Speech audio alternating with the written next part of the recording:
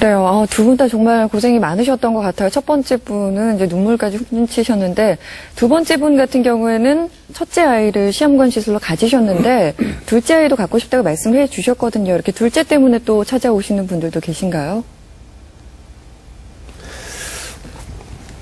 참, 사람의 그런 마음은 끝이 없는 것 같은데, 네. 어떤 분이 제가 소원이 있다 하시더라고요. 그래서 뭔데요 하니까 입덧을 하는 게 그렇게 소원이랍니다.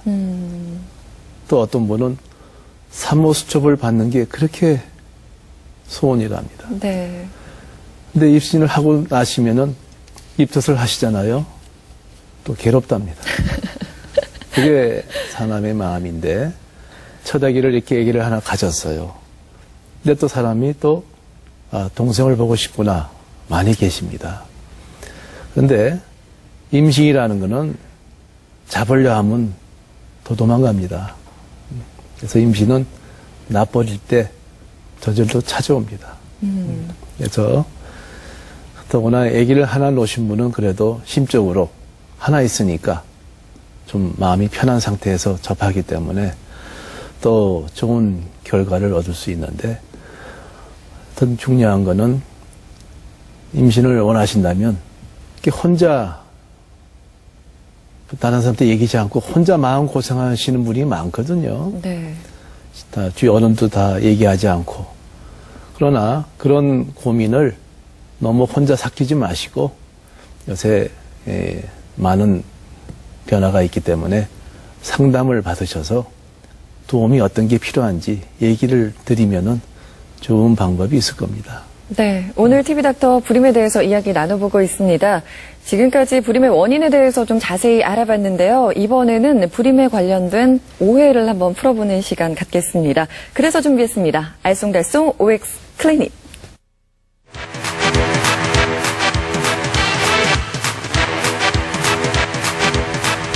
네, 오늘 불임에 대해서 알아보고 있는데요. 분명히 우리가 알고 있는 상식이지만 그게 잘못돼 있을 수도 있거든요. 그래서 하나하나씩 짚어보겠습니다. 먼저 첫 번째 질문부터 보겠습니다. 첫 번째 질문. 앞서 선생님께서 35의 기준점을 말씀해 주기도 하셨는데요. 나이가 많아도 건강하면 임신에 문제가 없다. 어떻습니까? O입니까? X입니까?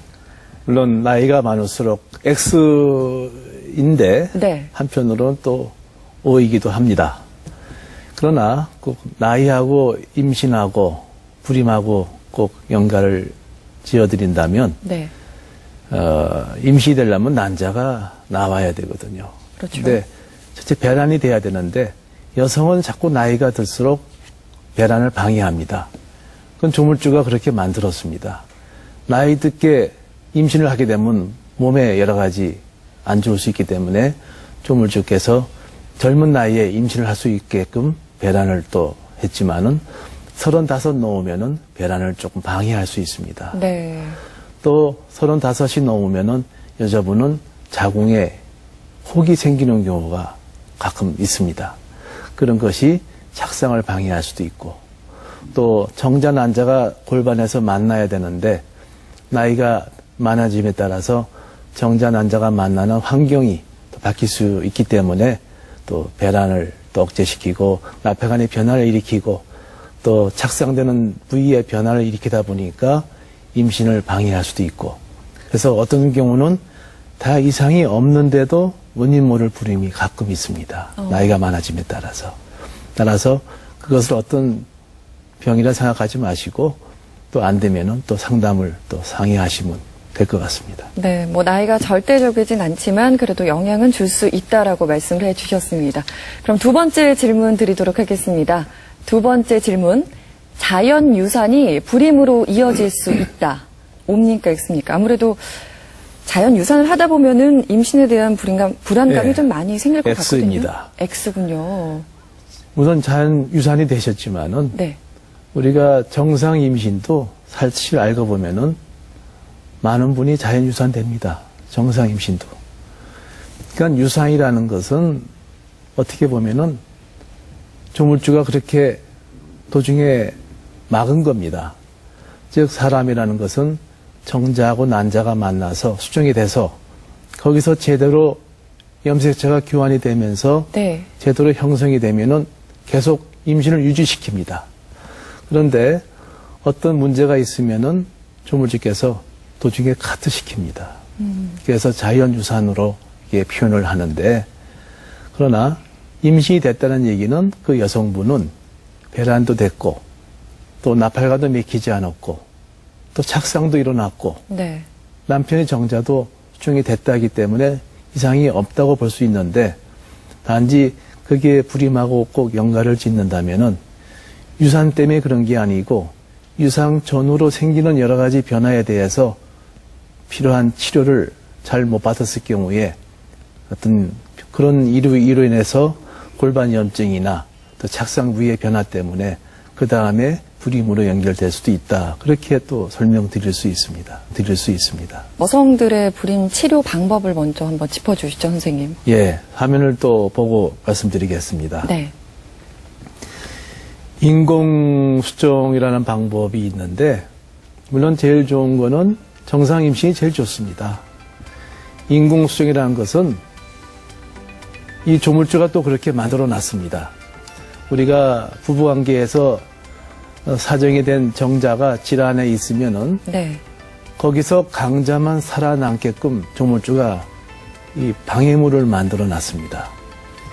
무슨 얘기냐면은 이 자궁 경부를 지나갈 수 있는 정자만이 네.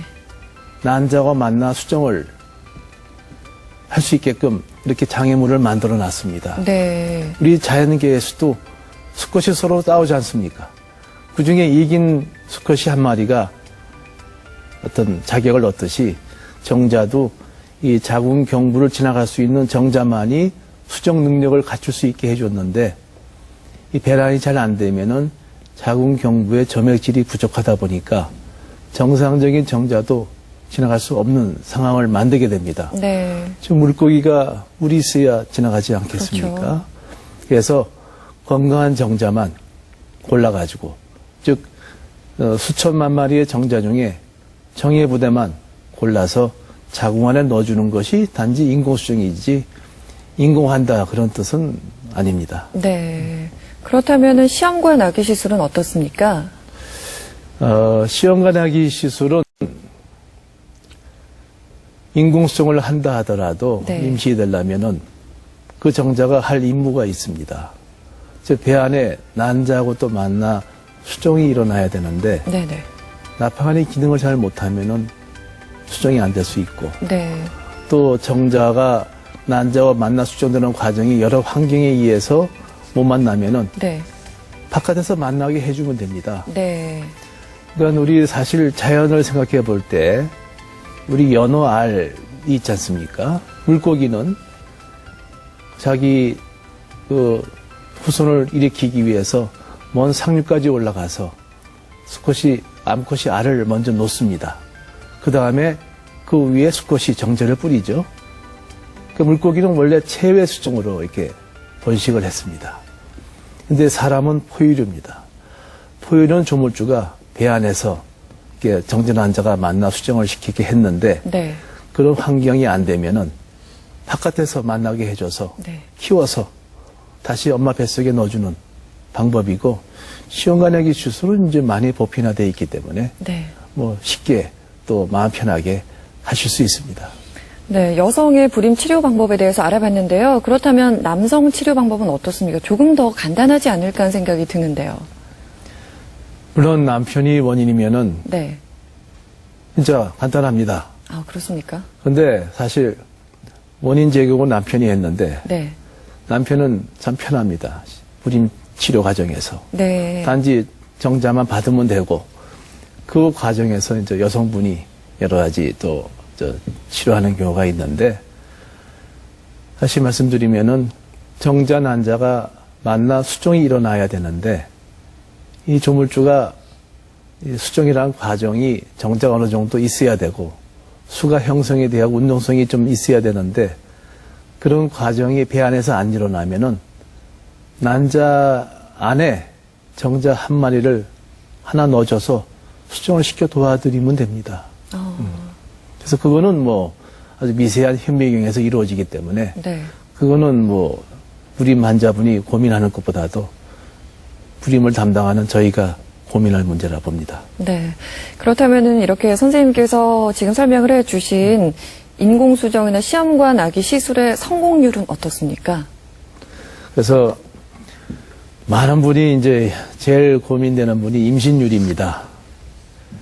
그래서 저도 참 이렇게 하면서 사람의 힘이라는 게 참 너무 미약하고 참 우리가 임신을 도와드린다 하지만은 임신이 잘 되면 저희도 그날 좀 마음이 편한데 임신이 안 됐을 때는 저희가 꼭 많은 잘못을 한 것 같기도 하고 네.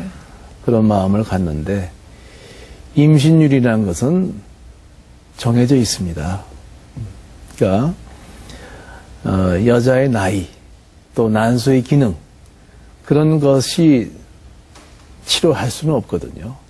그러니까 임신율은 다시 말씀드리면은 난소의 기능이 좋을수록 임신율이 좋습니다. 네. 즉 시험관 아기의 경우는 난소의 기능이 좋으면은 좋은 난자가 많이 나올 수 있고 좋은 난자가 많이 나오면은 그만큼 좋은 수족란을 많이 얻을 수 있고 그러면 그만큼 임신율은 더 높을 수 있습니다. 네. 그러니까 약을 많이 준다고 좋은 난자가 많이 나오는 건 아니죠. 네. 그래서 그런 임신율에 대해서는 물론 제일 많은 관심을 하시겠지만은 그것은 이미 정해져 있기 때문에 그냥 마음 편하게 주어진 여건에서 이번 꼭 임신하겠다 하는 생각보다도 네. 이번 임신되면 좋고 안 되면 또 다음에 기회가 있겠지 그렇게 임신을 꼭 하겠다 그런 마음보다도 그냥 놔버리는 네. 그런 마음으로 하시면은 오히려 더 찾아옵니다 임신은. 편안한 마음을 가지는 거요. 예. 네, 알겠습니다. 근데 그렇게 말씀을 드리지만은 환자분이 사실 또 그렇게 어렵다 하시더라고요. 그렇죠. 쉽지 않죠. 근데 임신을 하고 보면은 또 그 말이 맞다 하시더라고요. 네. 네, 오늘 불임에 대해서 알아보고 있는데요. 불임에 대해서 지금 가정에서 시청하고 계신 분들이 궁금증이 있으셨습니다. 저희가 그 부분을 만화로 한번 엮어봤습니다. 살이 찌면서 걱정인데요. 가체중이면 불임 위험이 높은지 알려주세요. 네, 앞서서도 이 체중을 언급해 주셨는데 과체중, 저체중 어떻습니까?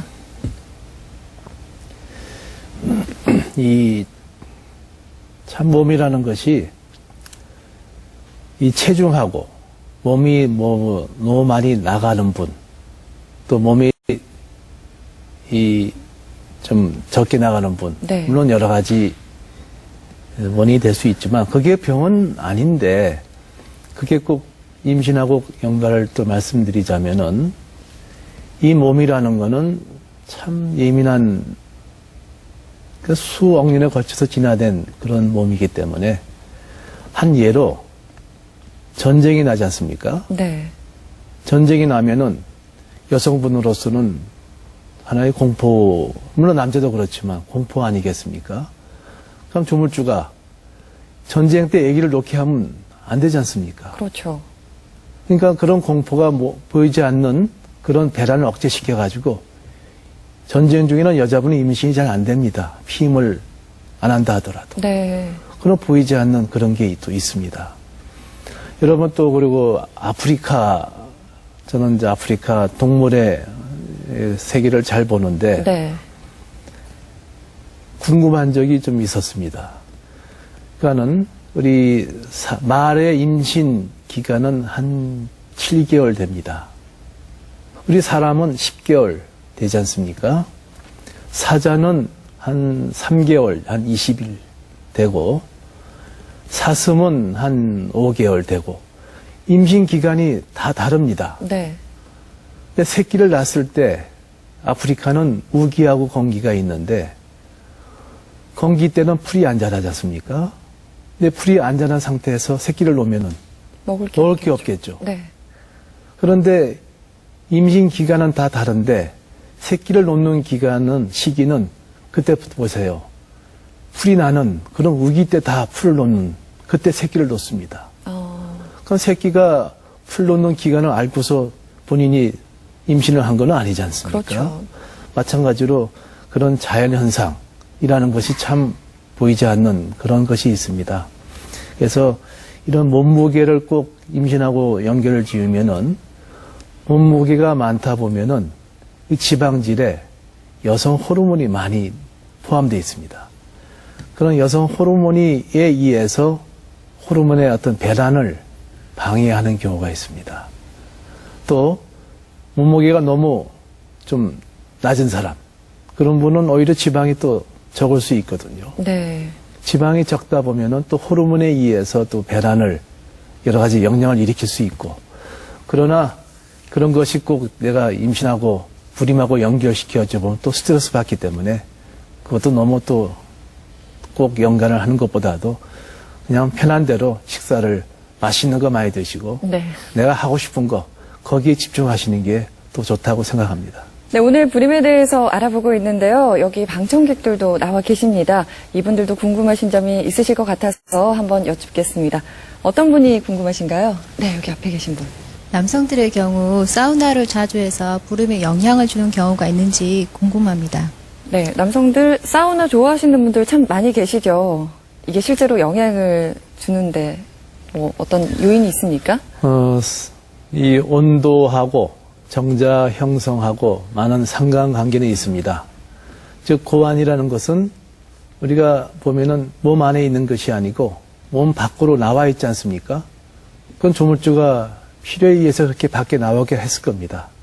즉 몸 체온보다도 한 2도 정도 낮은 상태에서 정자 형성이 제일 잘 되기 때문에 정액 검사상 이상이 없다면은 큰 문제는 없겠지만 이 역시 이 사우나나 그런 열에 많은 접하는 환경은 정자 형성에는 오히려 도움은 되지는 않다고 봅니다.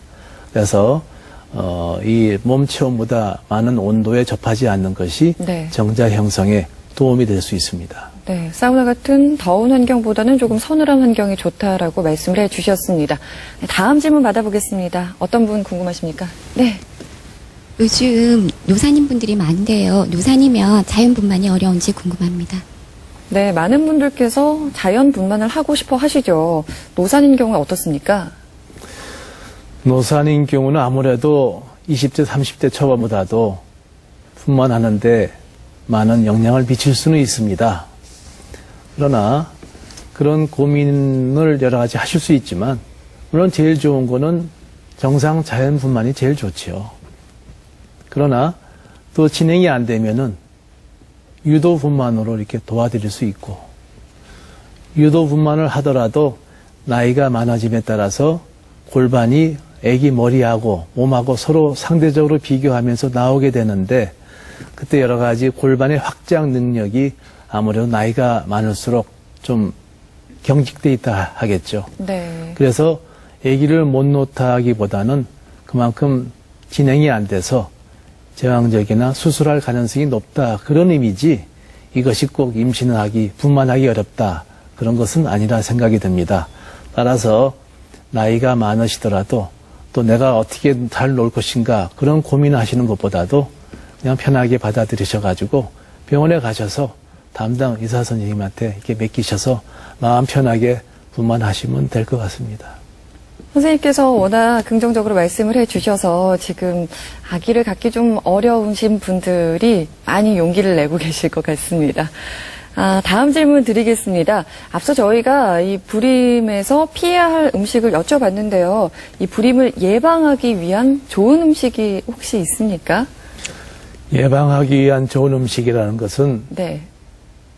뭐 여러 가지 좋은 음식 많죠. 또 책에도 많이 나와 있고, 네. 또 이런 음식이 뭐가 좋다, 또 저런 음식이 뭐가 좋다, 또 인터넷에 또 많은 정보가 많습니다. 그렇죠. 그러나 가장 좋은 음식은 내가 좋아하는 음식이 제일 좋다 생각이 듭니다. 내가 좋아하는 음식이요. 그래서 내가 좋아하는 음식 맛있게 드시고, 네.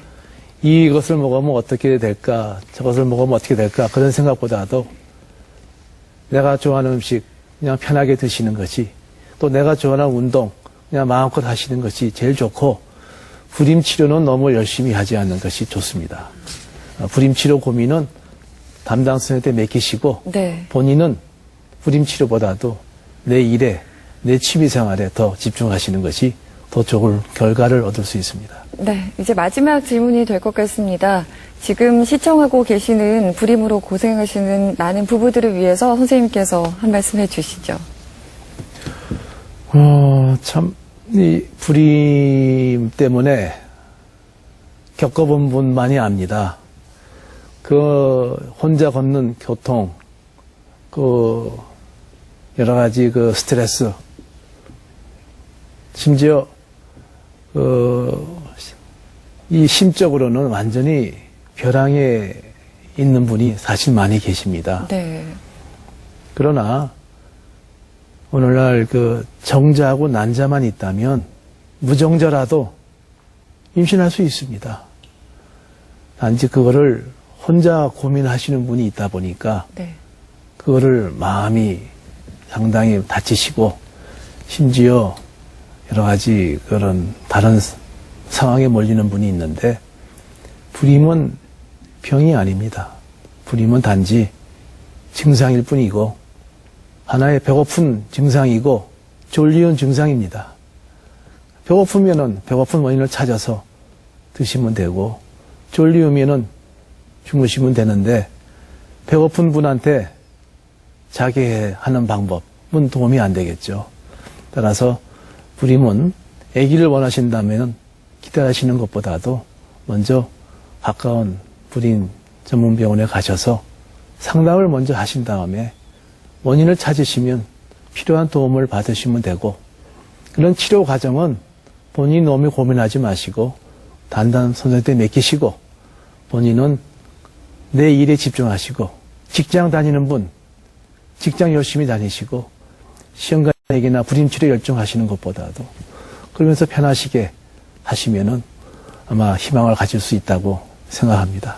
네, 오늘 선생님 말씀 들으면서 정말 우리 개개인 하나하나가 얼마나 소중한 존재인지를 다시 한번 느끼게 됐습니다. 그리고 들으신 것처럼 이제 불임은 더 이상 질병이 아닙니다. 난임이란 용어가 이제 더 적당할 것 같은데요. 충분히 의료진의 도움으로 극복하실 수 있는 부분이니까요. 부부들이 더 열린 마음으로 적극적인 치료에 임하시면 될 것 같습니다. 오늘 함께해 주신 산부인과 이상찬 원장님 감사합니다.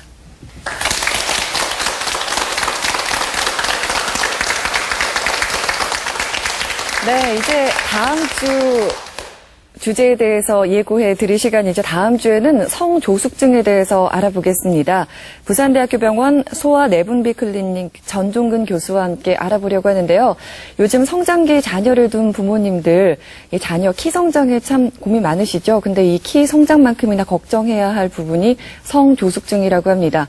이 성조숙증이라 하면은 아이들의 2차 성장 시기가 또래에 비해서 조금 빨리 나타나는 현상이라고 하는데요. 다음 주 이 시간을 통해서 조금 더 자세히 알아보도록 하겠습니다.